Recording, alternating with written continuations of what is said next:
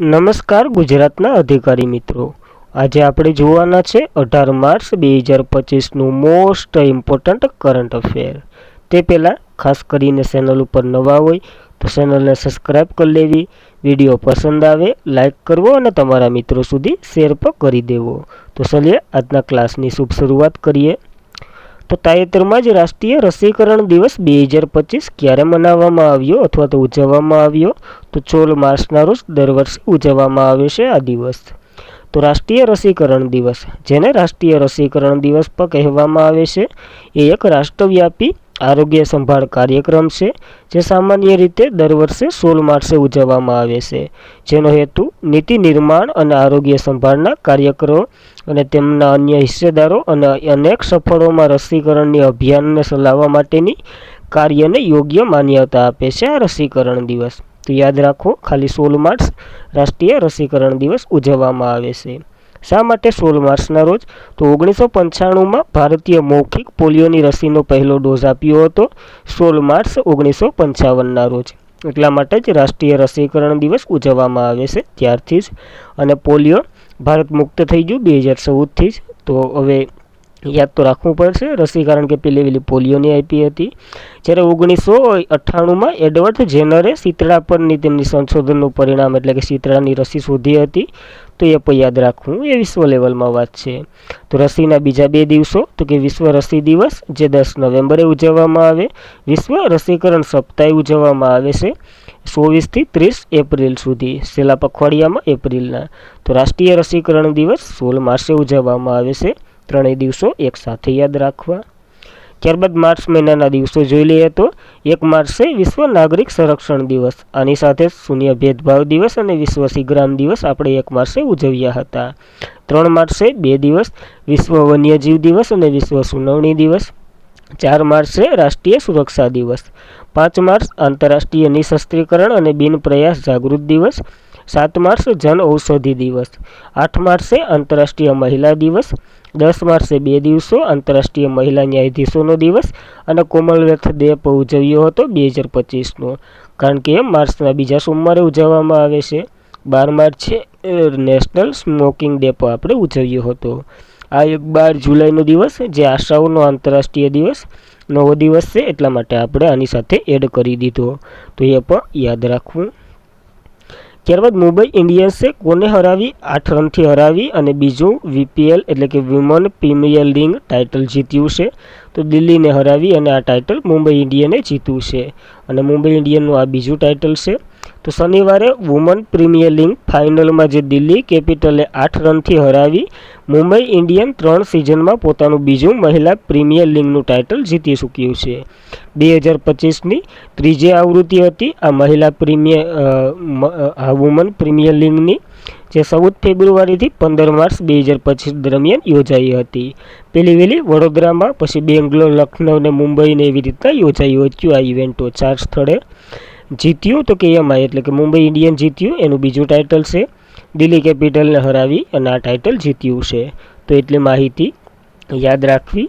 ત્યારબાદ આને જ લગતા બીજા એવોર્ડો પર જોઈ લઈએ તો ઓરેન્જ કપ, જેને સૌથી વધારે રન કર્યા હોય એને મળે, નેટ સાયવર બુટને મળ્યું। અને પર્પલ કપ, જે સૌથી વધારે વિકેટ લીધા હોય એને એમિલિયા કેરને મળી છે। પાર્ટનર તરીકે ટાટા હતું। Amazing player of the season તરીકે અમનજોત કૌર રહ્યા છે। મોસ્ટ વેલ્યુએબલ પ્લેયર નેટ સાયવર રહ્યા છે। ફેર પ્લે ઓર્ડર એટલે કે એવોર્ડ આપણા ગુજરાત જાયન્ટને મળ્યો છે। નેટ સાયવર જે 29મી VPL ઇતિહાસમાં 10,000 એટલે કે 1000 રન બનાવનાર પ્રથમ ખેલાડી બન્યા છે, જે યાદ રાખવું, અને એના રન 1027 થયા છે, એટલે કે 1000 ને વટી ગયા છે। જ્યારે પેલી આ ત્રીજી આવૃત્તિ હતી તો પેલી વિમેન પ્રીમિયર લીગ જે 2023માં એ પણ મુંબઈ ઇન્ડિયન જ જીત્યું હતું, બીજી RCB જીત્યું હતું। તો ખાસ કરીને એટલું વિમેન પ્રીમિયર લીગ વિશે યાદ રાખવી માહિતી। ત્યારબાદ કયા રાજ્યના મુખ્યમંત્રીએ તમામ 17 મ્યુનિસિપલ કોર્પોરેશન છે એ 16 શહેર બનાવવાની જાહેરાત કરી છે? તો ઉત્તર પ્રદેશના યોગી આદિત્યનાથે આ જાહેરાત કરી છે।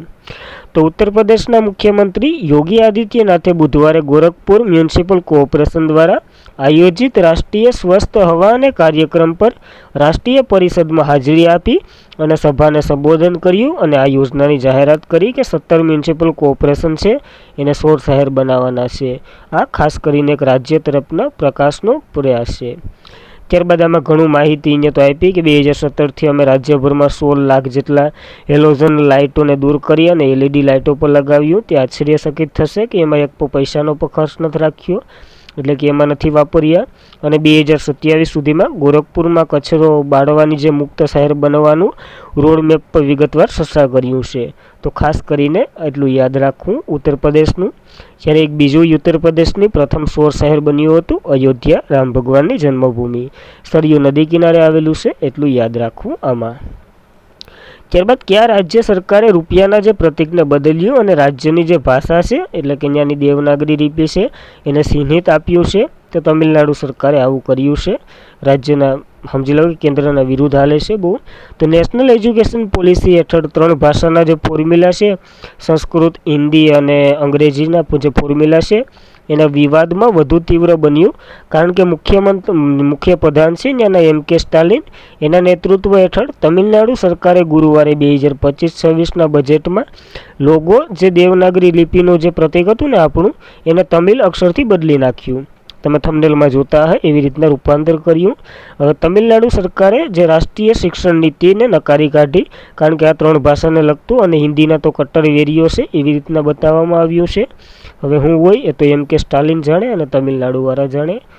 જ્યારે આ સિક્કાની વાત કરી તો એનો સિમ્બોલ જે રૂપિયાનો હતો એની વાત કરી લઈએ તો એની ડિઝાઇન તો કે ઉદયકુમારે કરી હતી, અને ઉદયકુમાર પોતે તમિલનાડુના છે, અને જે આ પાર્ટી છે ને MK સ્ટાલિનની એના સભ્ય રહી ગયેલા છે.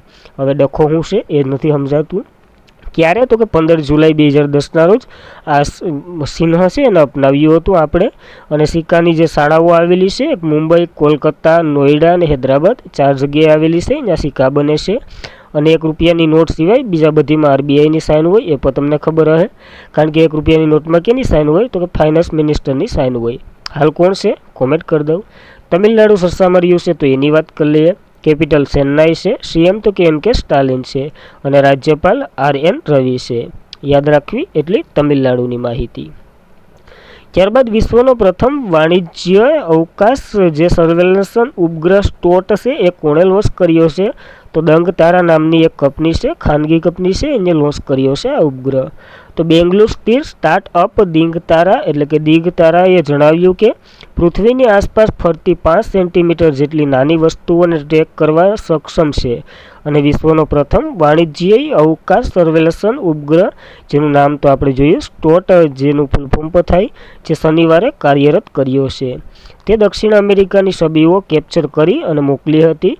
દિંગતારા જે 14 જાન્યુઆરી સ્પેસએક્સના જે ટ્રાન્સપોર્ટ 12 રોકેટ છે અવકાશ સર્વેક્ષણ ઉપગ્રહ સ્ટોટ, જેનું ફૂલ ફોર્મ સ્પેસ ફેમેલા ફોર ઓબ્જેક્ટ ટ્રેકિંગ લોન્ચ કર્યું હતું. જેનું કાર્ય શું છે? તો કે પૃથ્વીની આસપાસની તસવીરો મોકલવાનું, અને આની ખાસ વિશેષતા એ છે 5 સેન્ટીમીટર જેટલી નાની વસ્તુની ફોટો કેપ્ચર કરી શકે. યાદ રાખવું પ્રથમ છે એટલા માટે. ત્યારબાદ 15મો QS વર્લ્ડ યુનિવર્સિટી રેન્કિંગમાં જોડાતી નવી સંસ્થાઓમાં ભારતનું સ્થાન જણાવો. તો ભારતને 5મું સ્થાન મળ્યું છે. આમાં ઘણા સ્થાનો આપવામાં આવ્યા.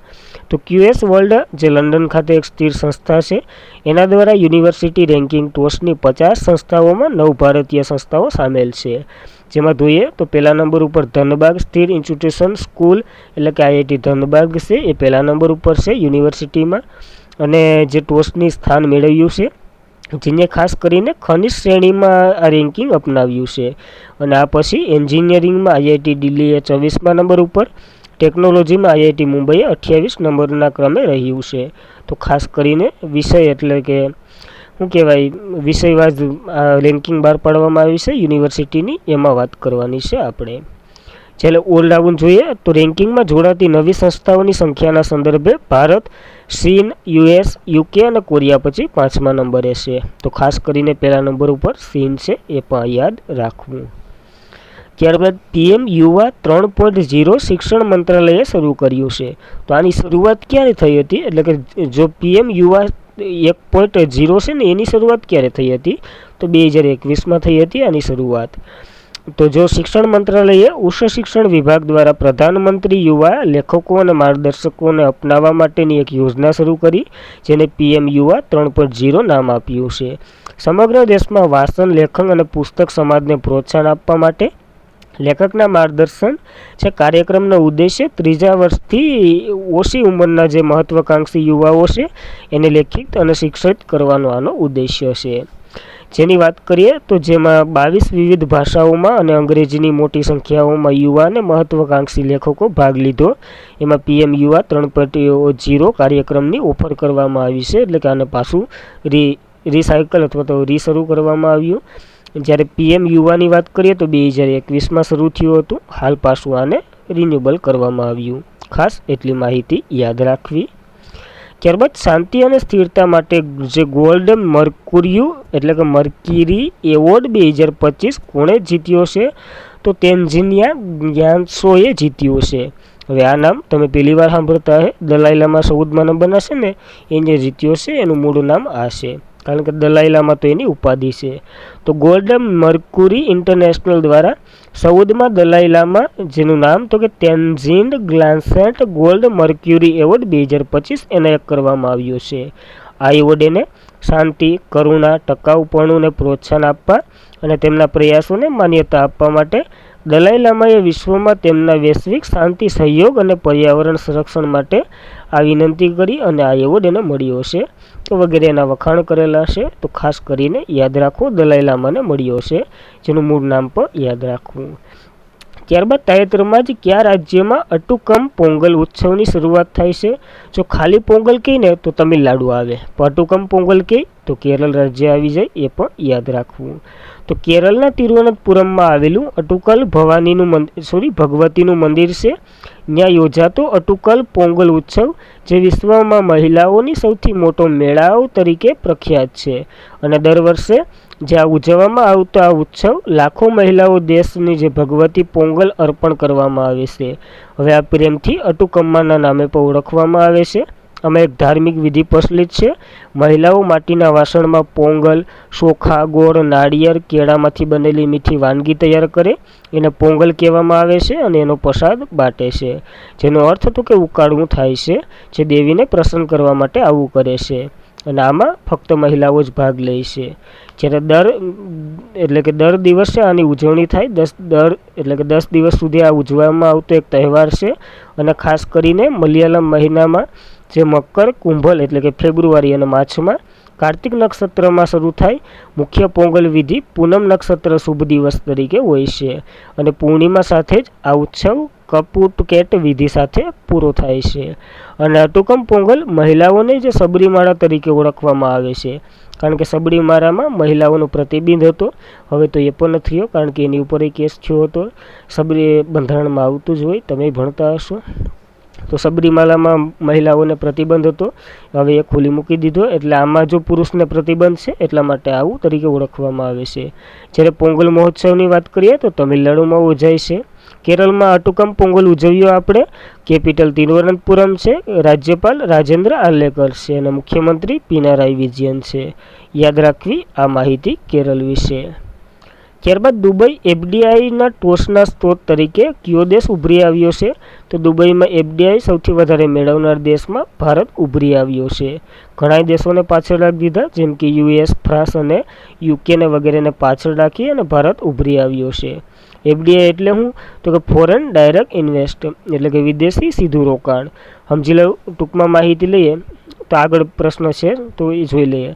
પહેલાં આના થિયરી જોઈ લઈએ. તો ભારતમાં દુબઈ વિદેશી સીધા રોકાણમાં મુખ્ય સ્ત્રોત તરીકે દેશ ઉભરી આવ્યો, કારણ કે શહેર 2024માં વૈશ્વિક FDI સ્થળ તરીકે ટોચનું સ્થાન મેળવ્યું છે ભારતે. હવે finance tile limited FDI market data અનુસાર દુબઈ સતત ચોથા વર્ષને ગ્રીનફિલ્ડ ફોરેસ્ટ ડાયરેક્ટ ઇન્વેસ્ટમેન્ટ એટલે કે FDI પ્રોજેક્ટમાં વિઝન નંબર 1 ડોમેસ્ટિક ગણવામાં આવ્યું છે. જેવી રીતે વાત કરી, US, ફ્રાન્સ અને UKને પાછળ છોડી અને ભારત આવ્યું છે આગળ. સતત 3 વર્ષ સુધી જે દુબઈમાં 2024માં 50 પ્રોજેક્ટ સાથે ગ્રીનફિલ્ડ FDI પ્રોજેક્ટ પર ઉભરી આવ્યું છે દુબઈ. તો યાદ રાખવું હવે ફોરેન ડાયરેક્ટ ઇન્વેસ્ટમેન્ટની વાત કરીએ તો કોઈ કંપની ભારતમાં આવી અને ઇન્વેસ્ટ કરે, સમજી લો કે અમેરિકાની કોઈ કંપની છે ભારતમાં આવીને ઇન્વેસ્ટ કરે, એને ફોરેન ડાયરેક્ટ ઇન્વેસ્ટમેન્ટ કહેવામાં આવે છે. સમજી લો કે દુબઈની ભારતના વાળા દુબઈમાં સૌથી વધારે ગયા એટલે ઉપર છે દુબઈમાં ભારત. જ્યારે ગ્રીનફિલ્ડ એફડીઆઈ પ્રોજેક્ટ એટલે શું તો કે શૂન્યથી શરૂઆત કરે. સમજી લો કે તમે જમીન જોવ, પછી ત્યાં પાયા ખોદો, બિલ્ડિંગ બનાવો અને પછી તમારી કંપનીનું નિર્માણ કરો, એને ફોરેન જે એફડીઆઈ ગ્રીનફિલ્ડ એફડીઆઈ તરીકે કહેવામાં આવે છે. આના જ વિરુદ્ધ એક આવે છે, એના વિશે આપણે ચર્ચા નથી કરતા કારણ કે કામનું નથી. અને આજના માટે એટલું જ હતું. ખાસ કરીને મિત્રો વિડીયો પસંદ આવે લાઇક કરવો, તમારા મિત્રોને શેર કરવો. ચેનલ પર પ્રથમ વખત હોય, વિડીયો પસંદ આવતો હોય તો લાઇક, શેર અને સબસ્ક્રાઈબ ભૂલો નહીં. Thank you for watching this video. જય હિન્દ, જય ભારત.